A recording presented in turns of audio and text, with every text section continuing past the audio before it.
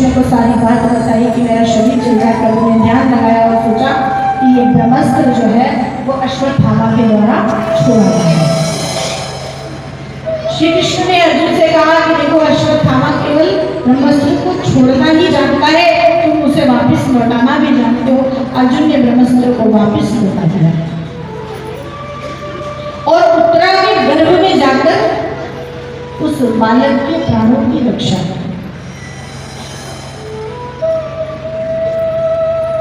इसके बाद भीम ने कहा कि जो बाल हत्यारा है, जिसने हमारे 5 बच्चों को मार दिया, उसे अब मैं नहीं छोड़ूंगा। भीम उसे पकड़ने के लिए गए।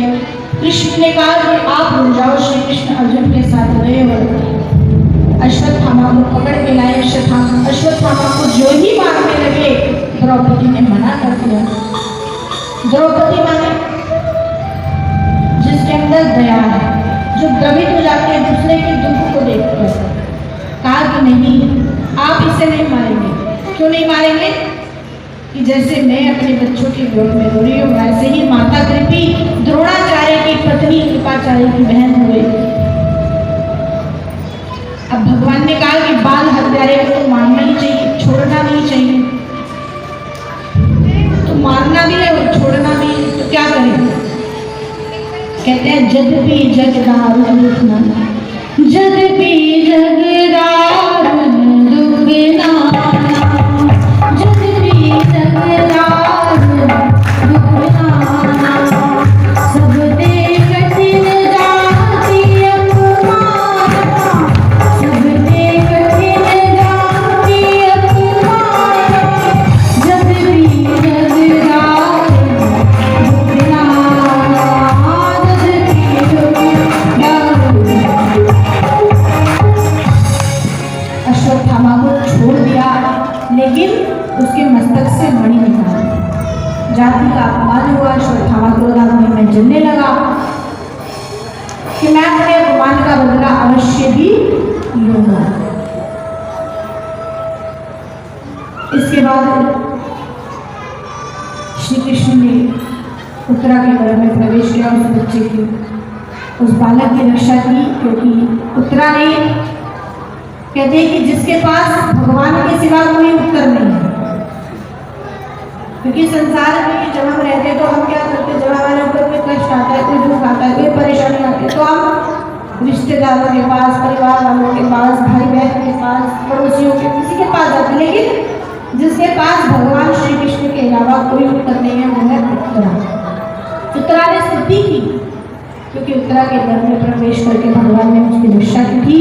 पाहि पाहि महायोगी देव देव जगत्पते, यद नान्यं तद्भयं पश्य, यद मृत्युः परस्परे। क्या? दीन दयाल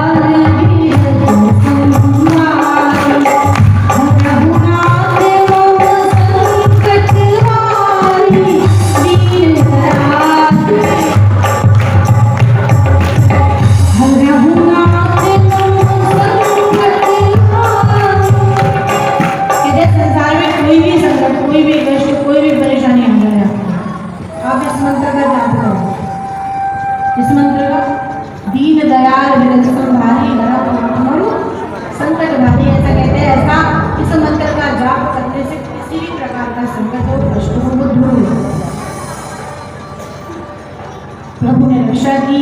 भगवान कहते हैं कि जो सब कुछ छोड़कर केवल मुझे ही अपना मानकर, केवल मेरा ही ध्यान रखकर, केवल मुझे ही अपना सब कुछ मानकर मेरी शरण में आता है, मैं उस भक्त की रक्षा करता हूँ, उस भक्त की लाज रखता हूँ। इस सर्व धर्मान्य परित्यज्य माम एकं शरणं व्रज, अहं त्वां सर्व पापेभ्यो मोक्षयिष्यामि मा शुचः। कि सभी धर्मों को, कर्मों को छोड़कर केवल मुझे ही अपना मान लेने से मैं उसको सभी पापों से मुक्त कर देता हूँ। प्रभु ने उत्तरा का उद्धार किया। अब द्वारका जाने से पहले प्रभु ने सोचा कि मेरा अभी एक भक्त और है, उसका भी उद्धार करते चले। 5 पांडवों को साथ में द्रौपदी को लेकर चले हैं। आज भीष्म पितामह के पास, भीष्म पितामह ने राजनीतिक और धार्मिक उद्देश्य लिए उपदेश देते देते उन्होंने कहा कि संसार में पाप करने वाले को, पाप करने वाला और उसका साथ देने वाला भी पाप करने वाले के पाप का भागी होता है। द्रौपदी मुस्कुराई। प्रभु ने कहा कि तुम क्यों मुस्कुराई? कहा कि महाराज आपने कहा कि पाप करने वाला भी और पाप करने वाले का साथ देने वाला भी उतना ही भागीदार होता है।